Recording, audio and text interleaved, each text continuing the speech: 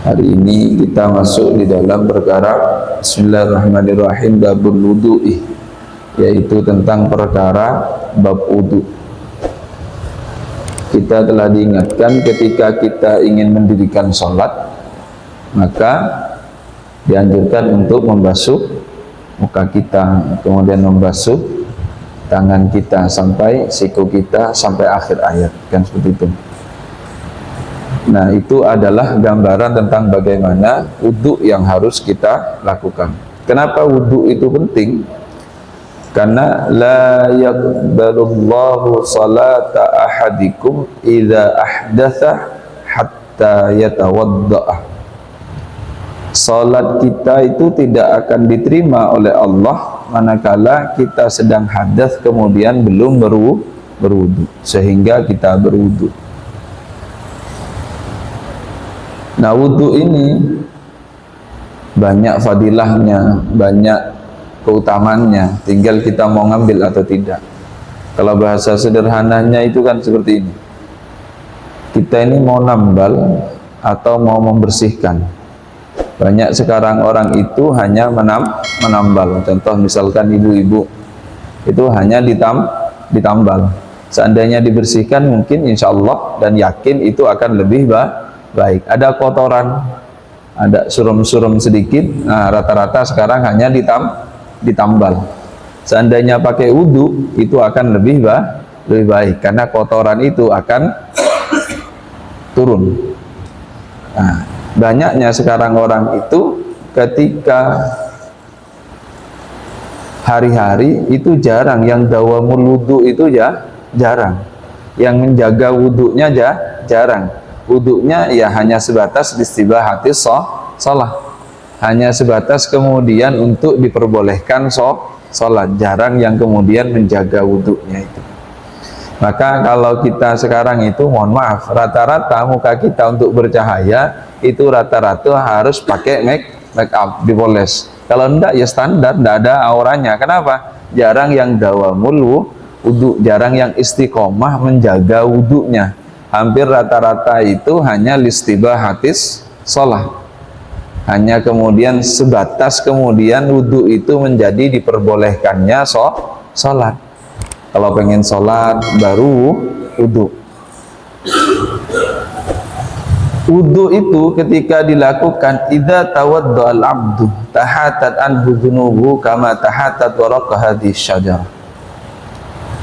Ketika orang itu wudhu, seorang hamba itu wudhu, maka akan gugur dari seorang hamba itu apanya? Dzunubuhu, yaitu adalah dosanya.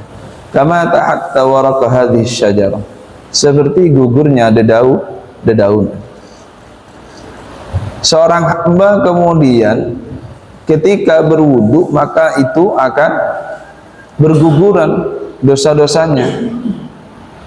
Idza tawadda al-abdul muslim awil mu'min, ketika seorang Islam dan orang iman itu melakukan wudhu, kemudian faqasul wajh, kemudian membasuh mukanya, kharaja min wajhi kullu khati'ah nadharilah bi'ainihi mal-ma' aw ma'akhir qatril ma'. Ketika orang itu kemudian melakukan wudhu dan kemudian membasuh mukanya, maka ketika membasuh muka itu kharaja min wajhihi, maka akan keluar dari mukanya kullu khati'ah, semua yang kesalahan yang ada di muka itu akan jatuh menetes. Sampai kapan? Ma'al ma'i au ma'akhiri qatril ma', sampai tetesan terakhir. Menetesnya dosa kita itu beserta air yang kita pakai untuk membasuh muka sampai tetesan terakhir. Sama ketika membasuh kedua tangannya, semua dosa yang ada di tangan ini akan kharaja min yadayhi, keluar dari dua tangan itu apa? Ya semua dosa-dosa kita. Yang mungkin dengan tangan itu kita memegang sesuatu, kita menyentuh sesuatu yang mungkin dilarang oleh Allah. Dengan dosa tangan ini, dosa yang ada di tangan ini akan mengalir, menetes dosa-dosanya sampai apa ya? Sama ma'akhir qatril ma', sampai tetesan terakhir. dari air tersebut. Ketika kemudian membasuh rijlai, dua kaki kita, kharaja min rijlai, sama posisinya, keluar semua dosa-dosa dari kedua kaki kita itu. Yang mungkin masyadha, yang mungkin kita berjalan dalam kemaksiatan atau yang tidak diridhai oleh Allah Subhanahu wa ta'ala, keluar mengalir semua dosa-dosanya itu. Sampai dengan tetesan terakhir yang ada di air anggota tubuh kita, terutama ketika kita basuh kaki, ya sampai akhir yang ada di kaki tersebut. Berguguran dosa-dosa kita. Tapi terkadang kita tidak mampu melakukan wudu. Tidak mampu melakukan wudu. Jarang yang dawamul wudu. Orang sekarang itu jarang yang dawamul wudu. Padahal ketika kita wudu, man tawadda'ala kutiba lahu asyra hasanat. Ketika orang itu wudu, maka itu akan dicatat baginya asyra hasanat, akan dicatat sebagai 10 kebaikan. Nah, kita ini jarang kemudian dawamul wudu, jarang. Tapi kemudian bagaimana kita itu ahsanal wudu? Yang penting kita itu mampu ahsanal wudu, yaitu mampu memperbaiki daripada wudu-wudu kita. Jangan sampai kemudian kita tidak belajar tentang bagaimana memperbaiki wudu kita. Wudu kita itu harus betul-betul baik, misalkan dengan apa? Ya dengan cara berhati-hati. Dengan cara berhati-hati.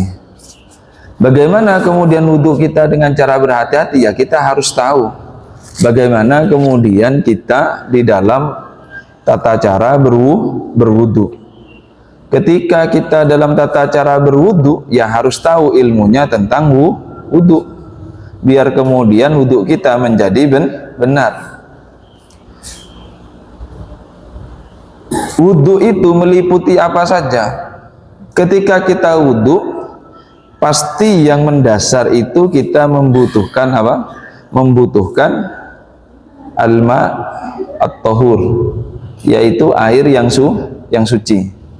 Air yang suci itu yang tidak termudah terkena najis itu adalah air yang sifatnya dua kullah. Dua kullah itu kalau kita pakai konversi meter, itu kalau Syekh Wahbah Syuhaili itu mengatakan 58 kali 58 kali 58, lebar, luas, tinggi. Tapi kemudian itu sama seperti kita digelembungkan, kalau digelembungkan dibulatkan. Akhirnya ada yang mengatakan 60 kali 60 kali 60 cm. Nah, tapi ada ulama yang mengatakan selama tidak berubah zatnya air itu, maka itu dianggap tetap dua kullah. Maka jangan heran kalau ketemu nanti orang yang berwudu dituang seperti ini. Kalau kita dituang seperti ini kan sisanya menjadi air mustakmal karena sudah dipakai kan gitu kan. Nah, ada yang kemudian dituang seperti ini. Nah, satu gelas biasanya cukup untuk melakukan wudu. Nah, dua kullah itu ya kalau kita kehati-hatiannya yang pakai yang 60 kali 60 kali 60. Nah, ketika kemudian banyak di antara kita yang rumah kita itu jedingnya, bak mandinya itu kurang dari itu. Terkadang itu berada di bawahnya kalau embernya lebih rendah daripada kloset kita. Nah, ini yang kemudian ini agak berat untuk menjaga air itu tetap mensucikan.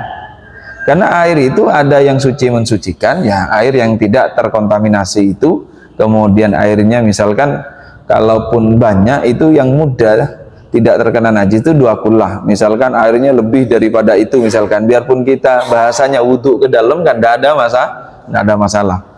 Nah, kalau itu diameternya lebih kecil, maka ketika kita melakukan aktivitas kemudian ada cipratan air ke situ, maka air menjadi air mustakmal. Kalau itu air yang nyiprat itu adalah dari misalkan tetesan wudu kita. Tapi kalau kemudian dari kotoran yang kita lakukan di kamar mandi, maka itu akan menjadi air mutanajis.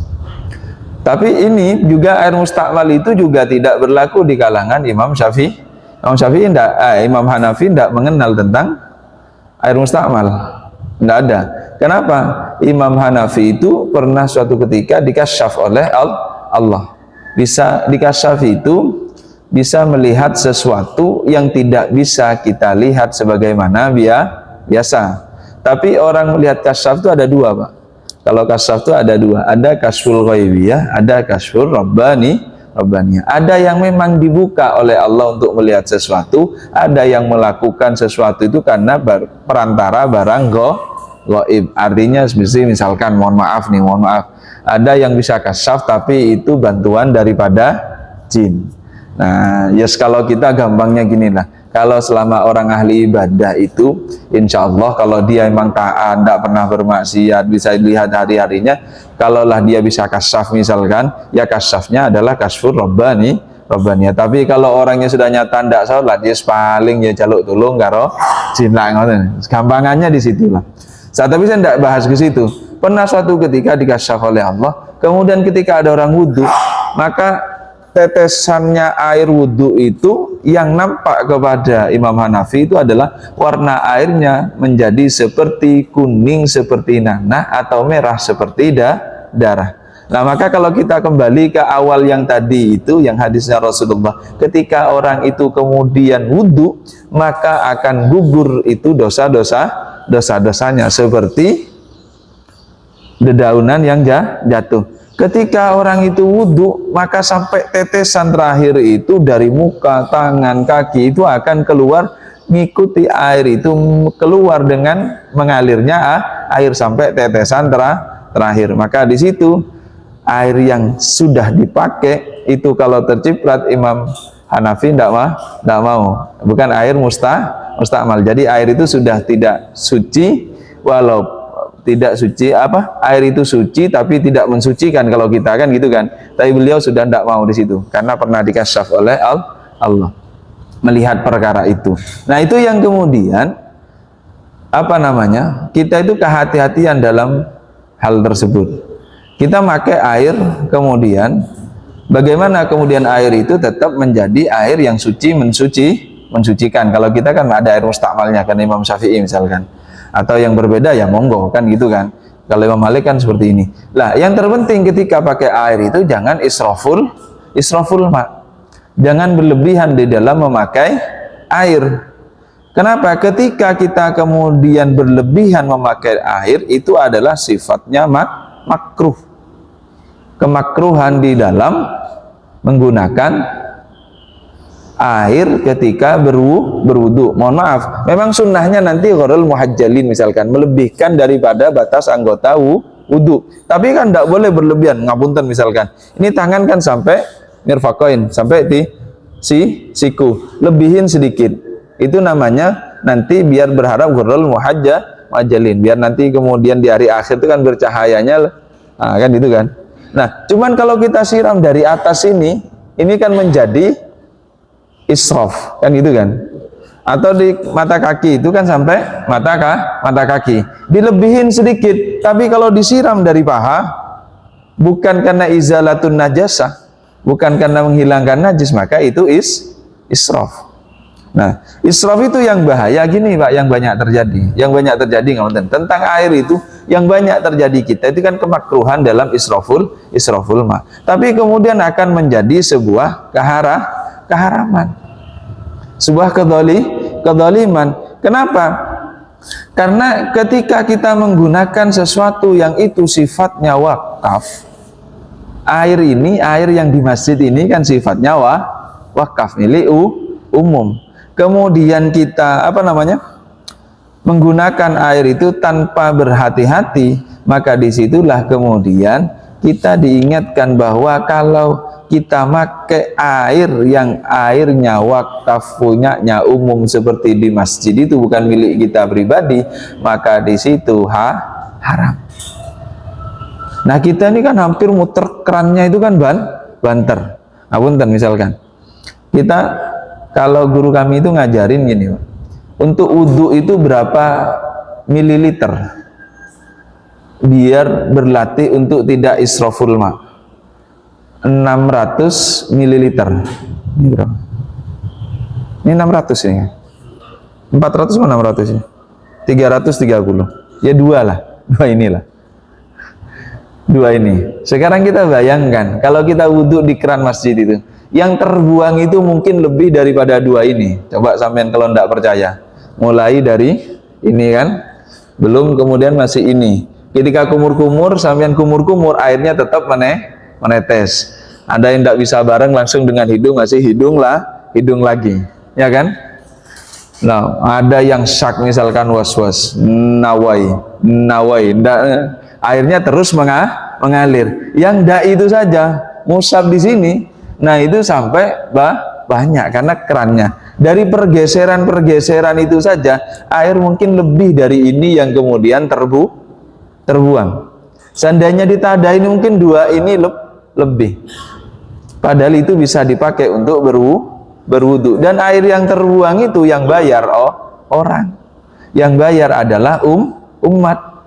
Nah, di situ kadang kita akan full keran. Kalau full keran itu pasti sudah banyak israfnya. Pergerakan pergeseran dari satu titik ke titik yang lain itu sudah. Nah, kayaknya kalau guru kami itu ngajarin dituang gini, ketika air ditaruh gini ngalir itu kan sudah ngalir. Kalau biasanya bahasanya ghuslul wajhi dengan masul wajhi itu kan karena ghuslul wajhi itu mengalir, airnya mengalir. Nah, itu ketika ditaruh sini ngalir itu kan sudah airnya ghuslu, maka sisanya diratakan. Nah, kita ini kan enggak, airnya ngalir terus ke rata. Ada yang cuman gini tok misalkan. Nah, kalau kita pakai air kemudian tidak berhati-hati, takutnya mustakmal. Banyak itu kemudian kita itu mengadah tangan gini kan, kayak ini. Lah kemudian kita ini agak ke depan ininya. Ketika ngambil itu kadang netesnya itu ke sini. Kan itu kan? Lah kalau terkena tetesan berarti kalau kita Imam Syafi'i, ikut fikihnya Imam Syafi'i, ini kan berarti kan Nah, ini kan banyak terjadi, cuman ndak hati. Sudah israful ma tapi ndak hati. Maka ada yang hati-hati itu langsung misalkan, langsung mukanya ditempelin, saking takutnya. Ada yang agak menjauh sedikit. Agak menjauh sedikit. Lah kita bagaimana? Ismunggo, bagaimana jenengan bisa kan? Tidak bisa dipaksa. Yang boleh itu adalah bagaimana kemudian kita hati-hati, cuman kemudian tanpa israful. Susah. Masa saya pakai gayung tuh, kadang satu gayung untuk muka tok sudah selesai. Coba ini tuang ke gayung, dapat enggak satu gayung ini? Lah satu gayung kita cuman muka, itu pun diulang tiga kali. Berarti gayung. Kalau 3 gayung itu dituang ke sini dapat berapa botol? Nah, israful Mak. Makanya dulu kami itu diingatkan gini, walaupun kamu itu di sungai, tetap wudhunya harus hati-hati, tidak boleh gini. Kenapa? Itu akan menjadi kebiasaan untuk israful Mak. Kan jadi kebiasaan. Nah, kalau belajarnya gini, tidak bisa, kita ini wes ruwet pokoknya. Kita ini kan kadang kalau dikasih tahu yang benar tuh kadang maksa dengan tidak benar misalkan. Tidak bisa. Yo belajar. Sampean makan, Pak. Makan sekarang enaknya pakai berapa jari? 5 aja. Sunnahnya berapa jari? 3. Iya, 3. Bukan 2. 3. Lah, kalau 3, sampean dari 5 jari untuk ketiga, apa langsung bisa? Oh, langsung nikmat? Belum bisa. Apalagi mau menikmati. Lukur terus. Tapi itu ya harus dibiasakan. Sama sampean sekarang satu gayung, satu siraman, berarti kalau sunnahnya 3 kali, 3 gayung misalkan. Lah ini kalau ini kan nyata sudah lebih condong kepada israful Mak. Ya belajar sama dengan kita makan 5 jari, yang dulu mungkin makannya gini dirubah gini, kan itu kan. Habis itu dikurangi 1, habis 1 dikurangi lagi makan, dikunyah dengan benar kan itu kan. Kalau kita sudah 5 jari ditelan. Sama dengan wudhu itu segini tidak pernah diratakan. Nah, nanti kalau ketemu sunnahnya gini Pak, sampean bayangkan sunnah itu. Sunnah itu kan 3 kah? Ketika basuh wudhu itu kan 3 kah? Sunnahnya 3 kali. Sampean pernah mikir enggak? 3 kalinya itu dari mana? Apa gayungnya 3 kali? Kan itu kan? Apa gayungnya 3 kali? Apakah setelah sempurna ini dihitung 1 kah? Berapapun air yang Nah kita kan tidak pernah mikir. Oh, kok ngusrek-ngusrek gini kan kalau wudhu itu. Nah di sini kemudian nanti pentingnya kita belajar tentang perkara wudhu, biar kemudian kita betul-betul, oh iya kalau wudhu itu seperti ini. Karena dianjurkan kita ahsanal wudhu. Nah, air yang pertama yang menjadi pondasi dasar. Air itu yang penting, kalau sederhananya kok kenapa ada air yang sedikit misalkan, boleh selama tidak berubah. Sampean kalau umroh, saya kan belum Pak, doain mudah-mudahan bisa sampai situ. Umroh. Orang umroh itu kan ada yang pakai spray itu ya. Yang penting sudah menetes gitu, seperti mengalir, itu berarti sudah mengalir. Seandainya ditempelin gini, itu sudah ngalir. Sisanya kan belum teraliri. Iya, sisanya diratakan. Yang penting airnya ngalir. Bedanya ghuslun dengan mashun itu nanti di situ. Ghuslul wajhi mengalir, mashu itu hanya ngusap. Makanya kalau ini cuman diginikan kan gitu kan. Ya kalau yang sunnah nanti gini. Iya, nanti yang sunnah. Yang nanti kalau sudah sah itu kan yang penting kan kena kan gitu kan. Nah, yang kedua tamyiz. Kemudian orang itu ngerti lah, orang itu mengerti. Kemudian ketika kita itu kemudian tahu tentang apa? Yaitu tentang ilmunya wudhu. Oh, wudhu itu orang itu harus bisa ngerti tentang ilmunya wudhu. Ilmunya wudhu itu apa?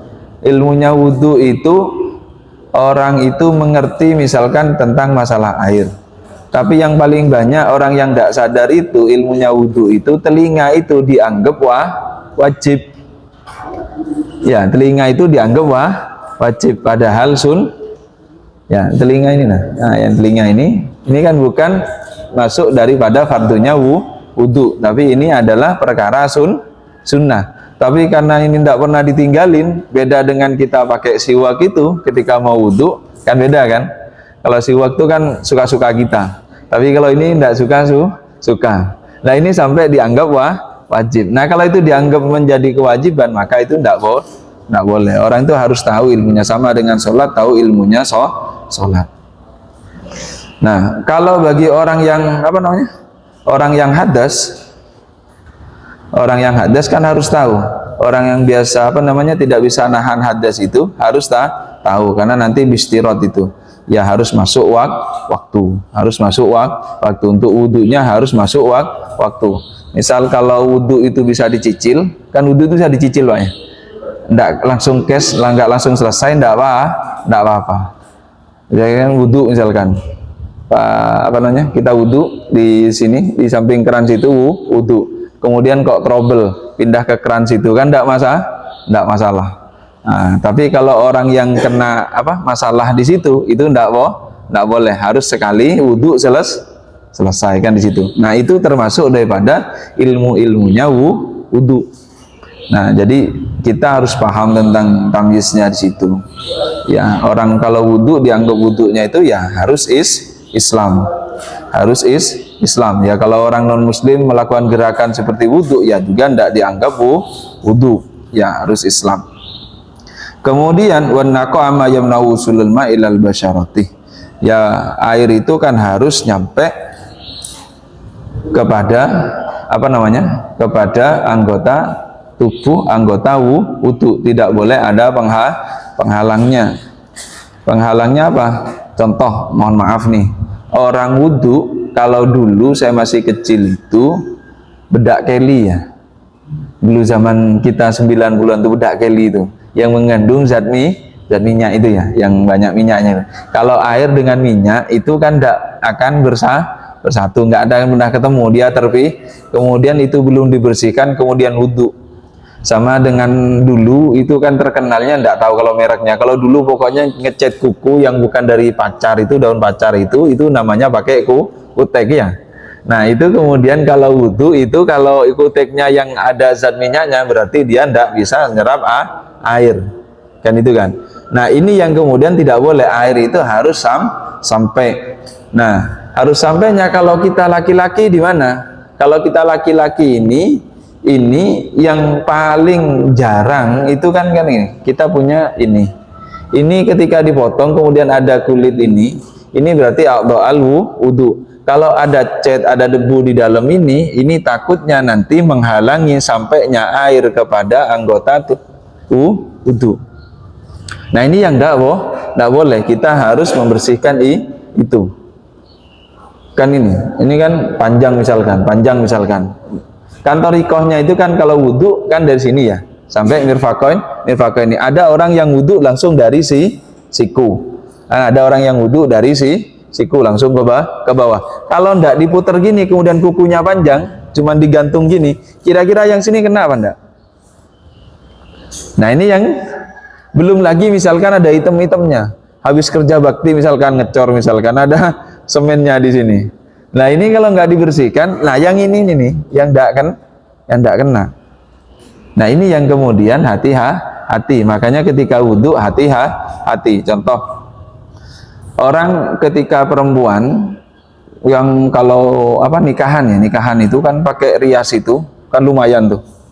Makanya kalau di situ masalahnya di situ kan, itu kan boleh dijama. Karena apa? Nggak mungkin gini kan. Kadang tukang riasnya sudah pulang.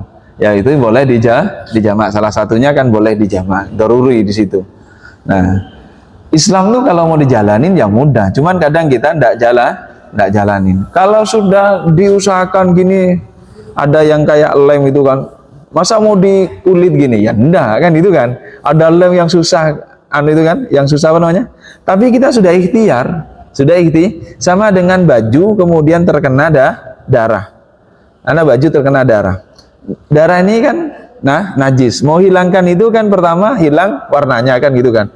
Sudah digosok gini enggak hilang-hilang, masih ada bintiknya kayak Mira itu kan. Ya masa sampai mau potong bajunya gini malah enggak kepake. Yang penting kan sudah ikhtiar. Nah ini yang kemudian ketika kita sudah belajar itu akan mengerti. Nah masuk kepada hal-hal yang kemudian dikerjakan di dalam wudu. Pertama adalah niat. Furudnya wudu itu yang pertama, fardunya wudu itu adalah niat. Kalau kita bilang, ngapunten, kan ada yang seperti kami itu misalkan baca nawaitul wudu'a misalkan, dibaca. Itu niat atau mboten? Kalau dibaca itu bukan niat, itu namanya lafdun hanya melafatkan talafuddin niat, hanya melafatkan niat. Niat itu makannya bukan di lisan, tempatnya bukan di sini, tapi makannya di dalam hati. Tempatnya itu di hati. Nah, kalau di kalangan Imam Syafi'i, niat itu muktarinan bifi'li, yaitu bersamaan dengan pekerjaan. Pekerjaan pertama ketika membasuh muka. Ketika membasuh muka, maka di sini mengajak untuk melakukan wudu. Di hati itu menyengaja melakukan niat ketika membasuh muka. Nah, itu muktarinan bifi'li, niat untuk wudu li raf'il hadas, atau ada yang mengatakan bistibahatis shalah. Monggo lah. Monggo samakan dengan ini kan tidak masalah. Seperti orang mandi itu kan ada di raf'il hadatsil akbari. Ada yang karena menghilangkan dari hadas junub misalkan, kan ada yang seperti itu. Ya itu konteksnya saja, hanya dalam konteks pelafatan. Itu boleh. Mau pakai yang mana saja. Orang haid ya karena haid kan, gitu kan. Nah orang ini misalkan listibahatis shalah, saya wudu karena untuk diperbolehkannya sholat. Rata-rata kalau kita pakai lirafil hadatsil asghari kan gitu. Nah, itu niat. Niat itu bareng dengan ketika basuh muka. Basuh muka itu adalah muka ini simetris. Muka ini simetris daun telinga ini, Pak. Mohon maaf kalau yang ini ngapunten, yang ini anu ini, Pak. Beda ini. Ini coklat, yang ini beda. Yang ini nah. Yang ini. Ini daun telinga. Nah, sini. Sampai ini, apa namanya ini? Yang keras ini. Tulang muka ini. Ini areal muka. Nah, kesininya ini sudah bukan muka. Kenapa ini penting kita ketahui? Simetris di sini berarti yang ini kan bukan rambut. Ini apa namanya, bulu yang ada di namanya kalau orang sini bilangnya apa? Jambang, godek, jambang. Nah, kalau kita pendek, Pak, rata-rata kalau wudhu kita aman. Tapi kita punya anak perempuan, punya istri perempuan, kan tidak mungkin istri laki lah. Nah ini, lah godeknya ini, jambangnya ini rata-rata kalau perempuan itu panjang. Nah kalau panjang berarti yang ini berarti sepanjangnya itu harus Nah kalau tidak basah berarti bukan wudhu, cuman raup. Nah iya kan bener toh. Nah kalau sampean misal gini, wudhu gini, ndak basah semua. Wudu apa ndak? Ndak, cuman cucimu. Lah sama. Nah, masalahnya sampean yang penting anaknya datang keran, sudah basah mukanya, sudah dianggap wudu. Ndak pernah memperhatikan jambangnya ini. Ada yang kemudian perempuan langsung ditarik ke belakang gini kan? Ada kan? Apalagi lagi safar misalkan, kerudungnya ndak dilepas misalkan, ndak dilepas. Nah, cuman diangkat seperti ini, ya enggak masalah. Ininya langsung ditarik ke belakang gini. Ya ini yang masalah. Yang masalah kan yang ini. Kenapa? Muka itu simetris gini. Berarti yang ini termasuk yang harus basah. Nah, korelasinya kemana? Korelasinya tentang aurat di muka. Teman gini, melihat nanti kalau anaknya sampean sholat, mukenahnya anaknya sampean itu di sini apa di sini? Nah ini batasan, Pak, batasan wudhu, tapi nanti ngefeknya juga ke sholat. Sampean lihat istrinya kalau sholat, mau kenahnya nempel di sini apa di sini? Kalau masuk nempel di sini, maka itu buka Nah ini kan aurat, Pak. Yang nggak terkena itu kan muka, muka. Kan muka kan, ini pun nggak ikut Imam Syafi'i, kalau Syafi'i ini harus tertutup, kan itu kan. Nah sampai batasan ini, yang tulang ini. Nah kalau ini terbuka, berarti satrul, apa namanya, tidak satrul aurat, tidak menutup aurat, tidak menutup aurat, berarti buka aurat. Contohnya, sederhananya, sampean sholat pakai celana jeans atau pakai celana kain tapi robek. Kira-kira sampean sholat napa mboten? Nah, sini bukan yang di yang sekitar lutut, apa pusar lutut ini, di paha itu kan ada biasanya yang celana robek itu ya. Pakai apa, ada jin-jin yang memang dirobek itu kan, dari toko itu kan. Sampean sholat pakai itu, sah napa mboten? Kenapa ndak sah? Karena buka aurat. Lah, sampean ndak pernah lihat istrinya sholat. Tapi kalau ada seorang sholat di masjid pakai itu, gegeran sampean. Masih gegeran ini. Tapi di rumahnya yang sampean harus gegeri, gak pernah digege. Nah, iya kan? Nah ini ndak boleh buka contoh gini. Istrinya sampean sholat, kemudian rambutnya terlihat. Boleh napa mboten? Ndak boh, karena buka aurat. Lah ini sama aurat, karena batasan muka itu di sini.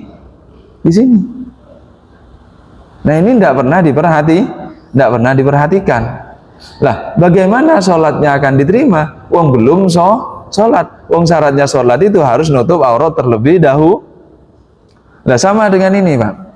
Kenapa kok bisa seperti itu? Karena auratnya perempuan itu dari bawah ke atas. Dari bawah ke atas. Perlingangannya dari bawah ke atas gini. Nah makanya kalau wudhu, kalau sujud, ketika sujud, orang ketika sujud itu, perempuan ketika sujud, kemudian telapak kakinya terlihat, maka nah kan gitu kan. Kita tidak pernah lihat ke situ. Kenapa? Ya tidak pernah hati tidak pernah mantau maksudnya. Oh, istriku ini bener tidak mau kenahnya, nutup aurat apaan? Yang penting sudah kelihatan wudhu, yang penting sudah kelihatan pakai mau kenah, wis dianggap sholat. Lah kira-kira kalau itu terjadi kepada keluarga kita, nanti itu yang diadab siapa, Pak? Yang diadab siapa? Iya, bapak ke. bapak ke, kalau bapak ke tidak pernah lihat itu, tidak pernah ngajarin itu, ya bapak ke ya dihajar nanti. Lah iya kan, lah iya, lah sampean benar, ngapunten ini jujur ya, tidak usah dijawab langsung ke saya, jawab dalam hati masing-masing. Pernah tidak lihat sampai ke situ? Pernah tidak ketika anak kita sholat, kita lihat mukenahnya itu di sini apa di sini, kan gitu kan? Enggak pernah. Istri kita mulai umur berapa nikah? Umur 20 sampai kurang 2 tahun. Ya kalau 60 ke atas itu enggak kurang 2 tahun. Enggak pernah lihat kumpul dengan kita. Jadi tanggungannya sudah di bawah tanggungan kita. Urusan makan kita berani, tapi urusan ibadah enggak pernah Nah, nanti kemudian kita sama-sama mati, Pak. Sama-sama mati, ditanggung di situ. Kata istrinya gini ketika dihisab, sampean masuk neraka sholat. Iya, tapi saya itu kan kalau orang itu kan harus nutup aurat. Saya itu sekalinya sholat tidak pernah nutup aurat. Sampean sudah berkeluarga? Sudah. Punya suami ya? Oh, ada. Tidak pernah ngajarin? Tidak pernah. Suamiku tidak pernah ngajarin, cuma ngasih uang tok. Habis sudah. Habis bapak habis. Habis. Bismillah. Mudah-mudahan Lah ini yang kemudian sederhana kita bahas, baru muka sederhana, cuman ini banyak tidak terjadi, tidak pernah menjadi pembelajaran. Sampean kan kalau bahasanya wudhu basuh muka itu kan sudah biasa kan, bahasanya wudhu basuh muka itu pasti sampean sudah tahu. Tidak mungkin sampean wudhu kemudian tidak basuh muka. Tapi fadilahnya belajar tentang ilmunya wudhu, tentang basuh muka, bahwa itu besar. Bukan hanya membersihkan kotoran yang nempel di sini, bukan hanya kemudian ini menjadi awetmu mudah, bahasa sederhananya kan gitu kan. Tidak, bukan hanya sebatas kemudian mengalirkan air di sini ke dalam batasan-batasan ini. Cuman ketika batasan ini sudah menjadi kesepakatan kita bahwa wajah itu ini, maka yang ada di wajah harus basah semua. Kalau diputar ke belakang gini, dia wudhu. Kemudian kalau sudah basah semua, maka yang sini ini namanya aurat. Nah kalau ini tidak tutup setelahnya wudhu ketika sholat, maka ini namanya kalau perempuan, ibu-ibu, namanya buka aurat.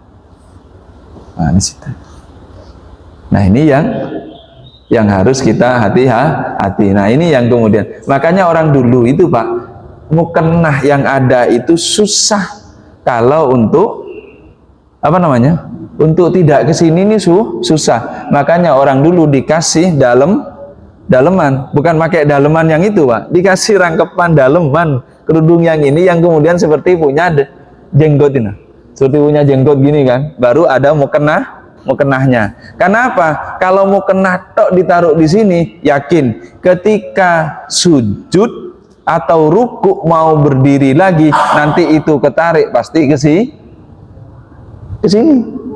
Lah sama sampean sholat pakai sarungnya melorot. Sarungnya melorot. Lah ya kan kita ketarik. Nah, ketarik kan gitu kan. Nah ini yang kemudian akan kembali ke sini. Makanya orang dulu itu pakai daleman gini, kayak daleman. Nah ini yang kemudian hati-hati. Nanti dipraktekkanlah, dilihatlah istri kita itu mau kenahnya seperti apa. Nah kemudian kalau lihat mau kenah, karena ghusl wajh, ghusl yadaini. Kemudian yang kedua itu membasuh kedua tangan sampai mirfaqo ini. Nah banyak anak-anak sekarang Pak, sampean lihat cek anak-anak yang belum selesai ngajinya itu, rata-rata segini. biarpun seperti ini, kadang di sini ini ndak basah. Sama lihat anaknya kalau wudu dilebihkan sedikit. Nah, lebihkan segini. Kalau wudu diajarin anaknya, ketika wudu diajarin. Karena banyak anak-anak SD sampai SMA itu kalau wudu ininya ndak basah. Sama ketika cuci kaki anak-anak itu, ngapunten. Ketika cuci kaki, kakinya dimajukan gini, tapi tumitnya kadang ndak ya, tumitnya sini. Nah, ini yang kemudian hati-hati. Nah, yang menghalangi sesuatu di sini ini harus tidak ada. Artinya seperti yang ada di kuku. Kalau istri pakai ini, pakai apa namanya? Pakai pewarna yang ada minyaknya itu ya di ini. Sama dengan di muka itu, kalau tempelannya itu adalah mengandung minyak ya harus dibersihkan terlebih dahulu. Seperti lipstick misalkan itu kan. Nah, ya dibersihkan dulu. Yang ada zat minyaknya, sekiranya air itu tidak sampai kepada kulit kita.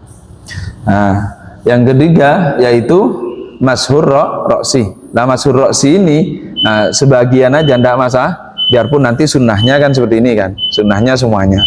Terus kemudian ghuslul rijlaini. Ghuslul rijlaini itu ya sampai mata kaki. Nah, yang ini yang susah juga, Pak. Yang kuku yang ada di ini kan modelnya macam-macam gitu. Nah, kalau itu ndak hati-hati sampean, ndak diangkat kakinya, itu cuman diarahkan ke sini, takutnya ndak kena.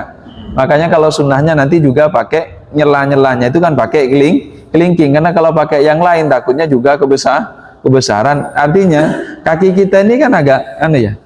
Nah, kalau ini ndak di ini kan takutnya ndak selempitan di kaki itu, Pak, antara apa? Kalau ini kan enak, kalau ini ya. Tapi kaki itu kan beda kan? Jari-jarinya itu kan agak beda. Artinya ada sela-sela yang kemudian kalau tidak diperhatikan itu takutnya tidak terkena air yang kita basuhkan itu. Nah itu betul-betul harus diperhatikan, bukan hanya sebatas aksesoris itu saja. Nah itu yang kemudian kita betul-betul kemudian ayo belajar mulai ahsanal wudu. Diperhatikan betul-betul wudunya, anggota tubuhnya sebelum berwudu. Nah, mudah-mudahan barokah. Yang terpenting kita itu mulai wudu kita niat karena kalau itu sunnah misalkan ya ittiba dengan Rasulullah. Ya kalau itu perkara yang wajib misalkan karena mengikuti perkara yang wajib, ayo kemudian betul-betul dilakukan, didasari bahwa itu menjadi syarat sahnya untuk melakukan sholat. Nah, kalau di situ insya Allah nanti kita hati-hati.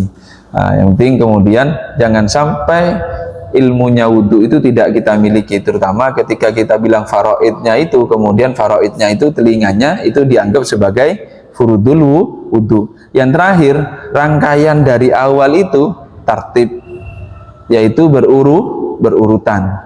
Nah, berurutan ini korelasinya, ayo biasakan anak kita, diri kita, keluarga kita, lingkungan kita, biasakan budaya antri. Karena kalau tidak ngantri, itu namanya zalim.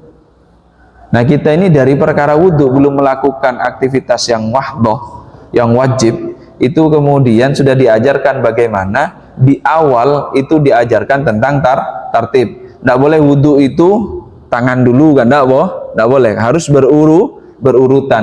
Nah, fadilahnya berurutan itu implementasinya di dalam kehidupan kita, biasakan budaya hidup ngantri, jangan serobot, jangan pokoknya nyerobot, kalau bukan haknya jangan diambil, kalau belum haknya sampai tidak usah, karena itu nanti bahaya.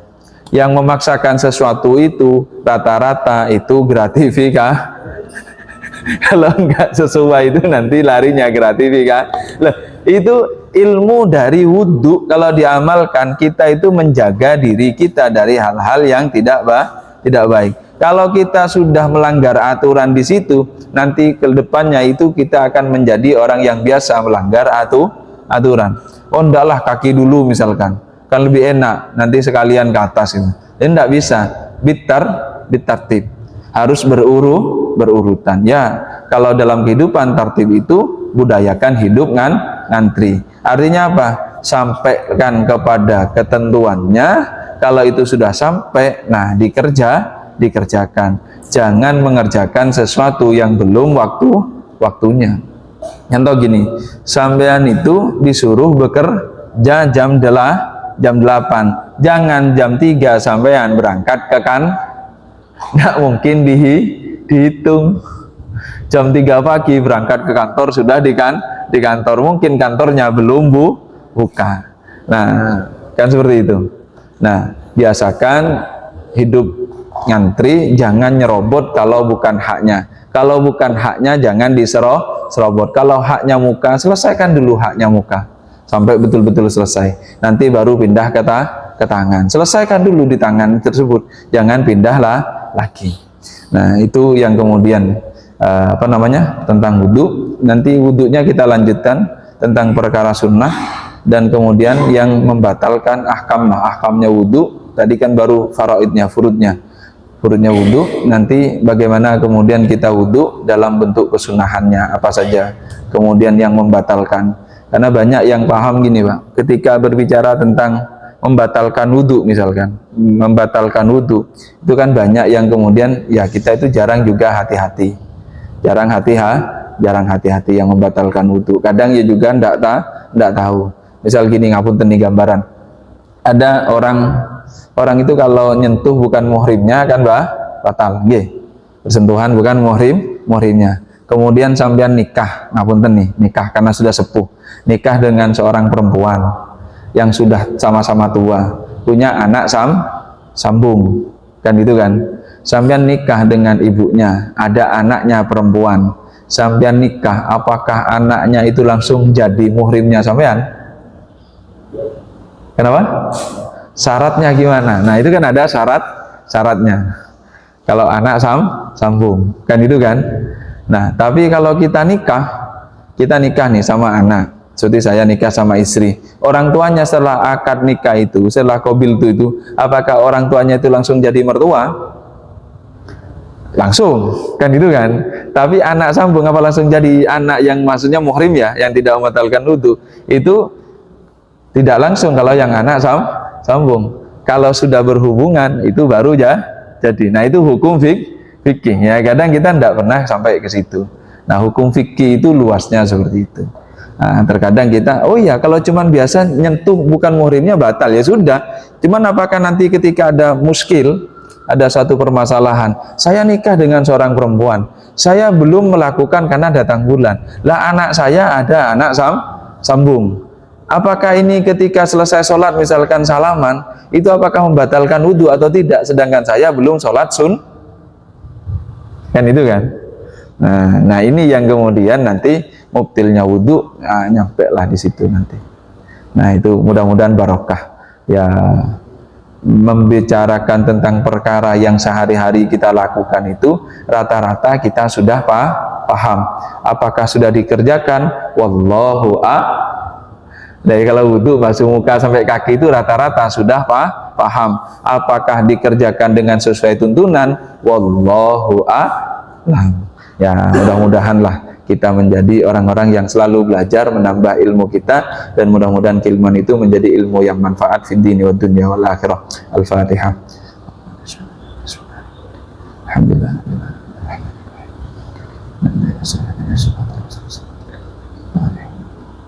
Bismillahirrahmanirrahim. Alhamdulillahirabbil alamin, hamdan syakirin, hamdan yukafi mazidah. Ya Rabbana lakal hamdu kama yanbaghi li jalali wajhika wa 'azimi sultanik. Allahumma shalli wa sallim ala sayyidina Muhammad wa ala ali sayyidina Muhammad. Allahumma yassir lana umurana wa raddina wa dunya. Allahumma ij'alna minal muta'allimin wa ij'alna minal 'alimin wa ij'alna minal muta'ammilin. Innaka antal 'alim. Allahumma zidna ilman nafi'an wa fahman wasi'an wa rizqan halalan tayyiban wa barakan katsiran nafi'an. Rabbana ighfir lana dhunubana wa liwalidina warhamhum kama rabbawna shighara. Rabbana atina fid dunya hasanah wa fil akhirati hasanah wa qina adzabannar. Wa sallallahu ala sayyidina Muhammad walhamdulillahi rabbil alamin. Taqabbalallahu minna wa minkum. Jemaah yang dirahmati Allah Subhanahu wa taala, insyaallah untuk yang akan datang itu kita lebih banyak kalau ada muskil ke tanya jawabnya. Kalau yang ini karena belum selesai nanti pertanyaannya, oh ini belum diterangin kan tidak nyaman. Jadi kalau sudah selesai lebih banyak ke muskilahnya. Kalau siapa tahu punya permasalahan tentang terkait wudhu, seperti dialog saja. Untuk selanjutnya lebih kepada dialog saja. Terima kasih. Assalamualaikum warahmatullahi wabarakatuh.